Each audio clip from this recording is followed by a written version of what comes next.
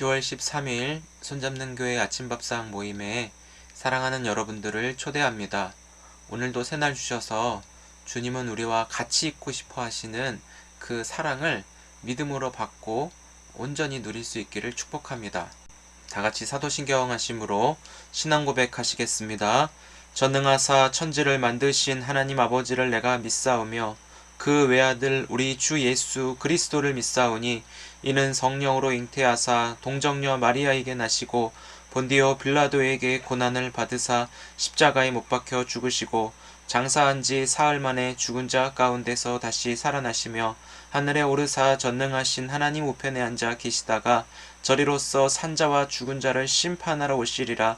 성령을 믿사오며 거룩한 공회와 성도가 서로 교통하는 것과 죄를 사하여 주시는 것과 몸이 다시 사는 것과 영원히 사는 것을 믿사옵나이다. 아멘. 찬송가 505장 온 세상 위하여 함께 찬송드리겠습니다.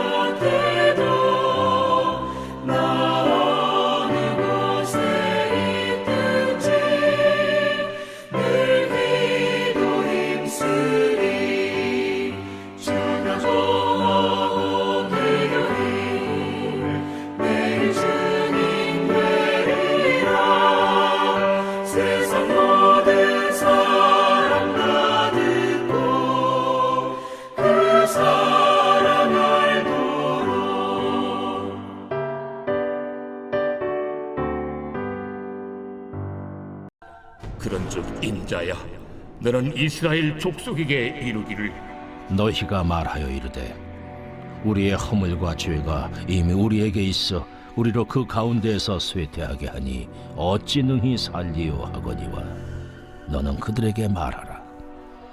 주 여호와의 말씀이니라. 나의 삶을 두고 맹세하노니 나는 악인이 죽는 것을 기뻐하지 아니하고 악인이 그의 길에서 돌이켜 떠나 사는 것을 기뻐하노라. 이스라엘 족속아, 돌이키고 돌이키라. 너희 악한 길에서 떠나라. 어찌 죽고자 하느냐 하셨다 하라.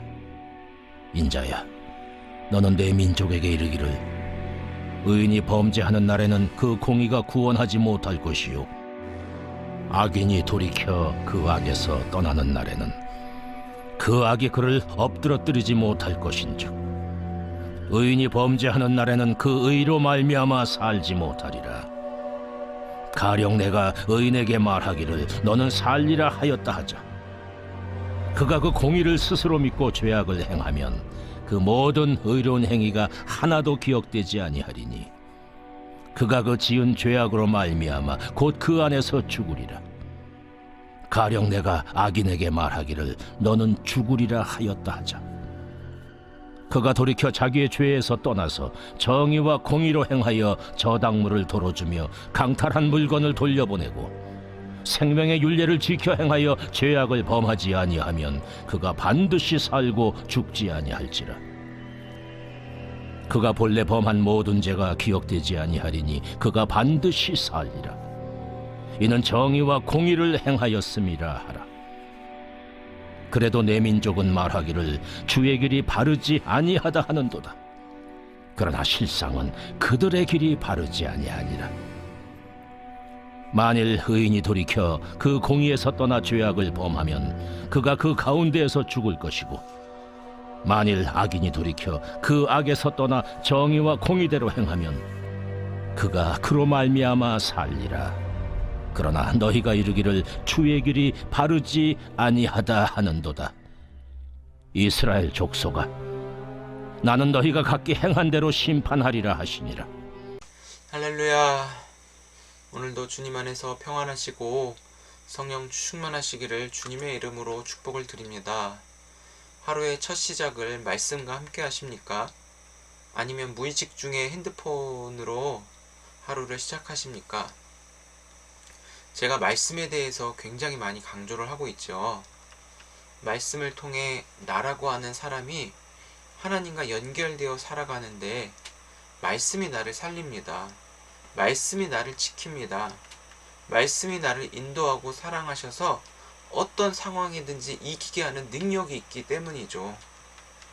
예수님을 실제로 만질 순 없지만 말씀이 하나님이라고 요한복음 1장 1절은 분명하게 기록되어 있잖아요. 그래서 우리가 말씀으로 늘 새로워져야 하고 말씀이 인도하는 대로 따라가는 믿음이 진정한 축복이라는 것을 알게 하셨습니다. 그래서 아는 것으로 끝나는 것이 아니라 실제로 우리가 말씀대로 살아내는 성령의 역사를 믿고 저와 여러분들이 하루를 시작했으면 좋겠습니다. 그러려면 먼저 말씀을 듣고 읽고 묵상하며 그 묵상하는 가운데 성령께서 내 안에 기쁨의 샘이 터져나오도록 보이지 않던 예수님을 실제 말씀 속에 그 얼굴을 보게 하시는 그 축복과 특권의 사람으로 우리가 성장되어지기를 축복드립니다. 오늘 에스겔 33장 10절부터 20절까지의 말씀을 읽으면서 하나님이 기뻐하시는 것이 무엇인가에 대해서 좀 같이 고민해 보았으면 좋겠습니다. 11절에 보시면 하나님은 악인이 죽는 것을 기뻐하지 아니하시고 악인이 그의 길에서 돌이켜서 악을 떠나 사는 것을 기뻐한다라고 하셨죠. 우리가 앞에서 두로 그리고 이집트 이런 나라들이 심판을 받을 때 하나님은 슬퍼하셨습니다. 하나님은 모든 사람을 창조하셨는데 모든 사람들의 원판은 하나님의 형상대로 지어졌거든요.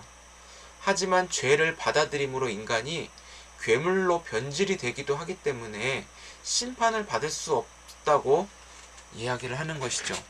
심판을 받을 수밖에 없는 것, 그렇게 얘기를 해요. 마음을 빼앗겨 하나님을 떠나 바알과 아세라를 숭배하고 저들과 연애를 하면서 사랑을 나누니까 하나님은 질투하시는 겁니다. 이스라엘 백성들이 참 사랑을 버리고 가짜 사랑을 하면서 괴로워하는 모습을 하나님은 보실 수가 없는 거예요. 정말 신랑으로 장가 오신 하나님을 우리가 호세아에서 살펴보았잖아요. 신랑이신 하나님께 돌아와라. 사랑은 하나님과 나누면서 하나님을 아는 지식이 없으면 망하기에 돌아와라 알려주셨는데도 끝까지 하나님께 돌이키지 않는 악한 길에서 하나님은 오늘도 말씀하는 거예요. 떠나라. 악한 길에서 떠나라. 이것이 바로 하나님의 기쁨이라는 것을 말씀하는 것이죠. 시편 73편 28절에도 하나님께 가까이함이 내게 복이라 내가 주 여호와를 나의 피난처로 삼아 주의 모든 행적을 전파하리이다 말씀하고 있죠. 악에서 떠나 하나님께로 가까이 나아가는 복으로 악이 우리를 엎드리지 못하게 한다는 것입니다. 하나님께 가까이 나아가는 것은 말씀에 순종하여 하나님만이 옳으시고 정의가 승리한다라는 것을 나타냅니다. 하나님께서 에스겔을 통해 죄에서 돌이켜 떠날 것을 명령하시죠. 여러분, 회개는 기회입니다. 회개는 하나님께로 돌이키는 것이잖아요. 그래서 어떠하든지 돌이키는 자를 기뻐하시고 모든 죄에서 끊어 하나님은 죄를 기억하지 않으신다라고 말씀하셨습니다. 그리고 죄에서 끊어져야, 죄에서 멀어져야 정의와 공의를 행하도록 살게 하십니다. 회개는 또한 은혜입니다. 누가복음 15장에 우리가 잘 아는 탕자의 이야기가 있죠. 한 아버지가 계신데 아버지에겐 2명의 아들이 있었습니다. 아시죠? 첫째는 반듯하고 아버지 속을 썩일 적이 없었다고 말하는 사람입니다. 사람들이 이 첫째 아들을 볼 때도 의젓하고 믿을만하다 이런 말을 아마 자주 했을 것 같아요. 하지만 반대로 둘째는 어떻습니까? 아버지가 아직 죽지도 않았는데 유산을 상속받아요. 자신의 몫을 미리 아버지에게 땡겨 쓰는 그 둘째 아들의 모습을 우리가 알 수 있습니다. 아버지를 떠났어요. 둘째 아들이 떠나서 며칠 동안은 자신이 가지고 있는 재산을 흥청망청하며 다 탕진해버린 거예요. 언제 썼는지도 모르게 자신의 손에 재물이 하나도 없다라는 것을 깨닫게 됐죠. 그러면서 생각하기를 아버지의 집에는 먹을 것도 있고 없는 것이 없을 텐데 이렇게 생각하면서 아버지께로 돌아갈 계획을 합니다.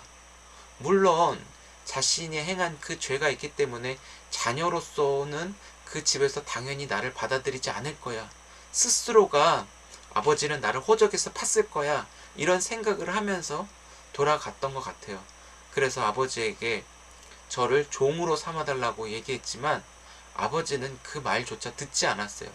이미 아버지는 이 둘째 아들이 집으로 돌아갈 때까지 기다리면서 끝까지 기다리셨는데 둘째 아들이 돌아오면서 점점 아버지와 가까워지는 것을 보게 되는 거예요.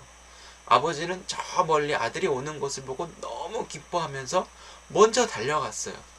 고대 사회에서는 아버지가 그렇게 뛰는 법이 없거든요. 근데 그런 거를 탈피하고 아버지는 저 멀리서 아들이 있는 것을 먼저 보고 달려가서 그 아들을 향하여 팔을 벌려 환영하고 끌어안으며 안으며 잔치를 베푼 이야기가 나옵니다. 그러면서 막 잔치를 베푸며 기뻐하는데 거슬리는 사람 한 명 있죠. 바로 첫째 아들이에요. 동생이 오는 것, 아버지가 저 동생을 맞이하고 잔치까지 베풀어 주는 것, 황소를 잡았거든요. 마을 전체의 축제로 아버지가 그렇게 만들어 주신 거예요. 그러나 첫째 형은 저 아들, 둘째 동생이 잘한 것도 없는데 저렇게 하고 아버지 것을 빼앗아서 떠났으면은 지 삶은 지가 책임져야지라고 하면서 동생을 정죄할 뿐만 아니라 어떻게 아버지가 저 동생을 맞이하고 다시 가족으로 살 수 있게 하십니까? 오히려 아버지에게 손가락질하면서 아버지도 정죄해요. 자신만이 옳다라는 것을 입증하게 되죠. 여러분들은 이 첫째 형과 둘째 동생을 보면서 누가 더 하나님이 기뻐할 것 같습니까? 제가 여쭤본다면 어떻게 대답하겠습니까? 자신의 잘못을 깨닫고 돌아와 하나님이 아버지이시고 하나님이 나의 주인이심을 고백하며 아버지의 집안에 거할 때 비로소 생명이 유지된다라고 하는 삶의 의미를 발견한 둘째 동생일까요? 아니면 자기가 옳고 나는 반듯하고 아버지에게 속 한번 새기지 않은 그런 자신의 옳은 것을 믿는 그 형이 진짜일까요? 그렇죠? 진짜는 아버지가 기뻐하는 아들은 아무래도 아버지께 돌아와 아버지를 인정하는 동생이 아니었나 싶습니다. 정말 아버지가 기뻐하는 장면, 달려가서 아들을 맞이하는, 아들이 돌아와 아버지의 품에 안겨있는 그 상황을 가장 기뻐하셨을 거라 생각이 됩니다. 사랑하는 성도 여러분, 회개는 악에서 돌이켜 하나님께로 나아오는 복을 얻는 것입니다. 그것은 바로 말씀이 이 일을 하십니다. 그래서 제가 말씀을 계속 강조하는 거예요. 말씀이 우리를 돌이키도록, 말씀이 하나님의 사랑을 다시 기억나게 하십니다.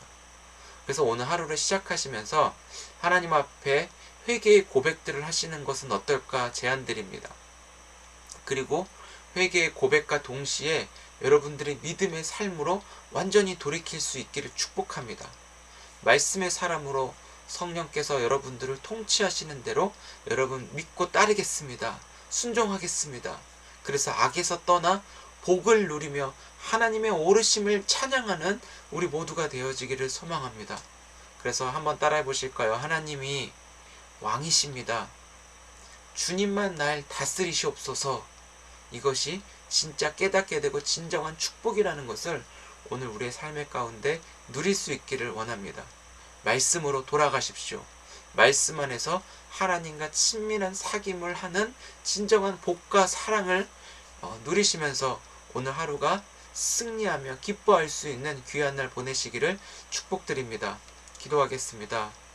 하나님 아버지 감사합니다.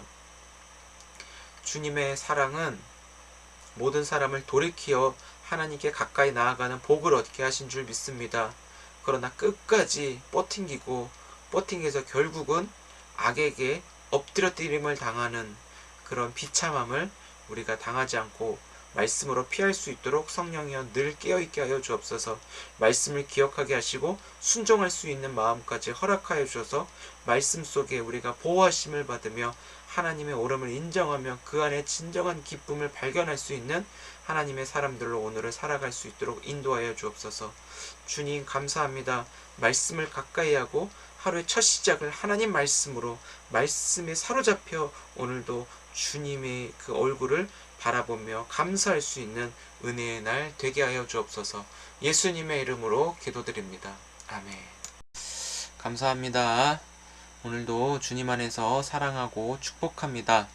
우리에게 주신 말씀이 우리의 영육을 책임져 주실 뿐만 아니라 우리의 일거수일투족 하나님의 방식대로 선하게 인도하심을 믿고 귀한 하루, 복된 하루 마음껏 누리시기를 소망합니다. 하나님이 하셔, 하나님이 하셔, 하나님이 하셔. 아멘, 아멘, 아멘. 우리 내일 아침 밥상에서 뵙겠습니다.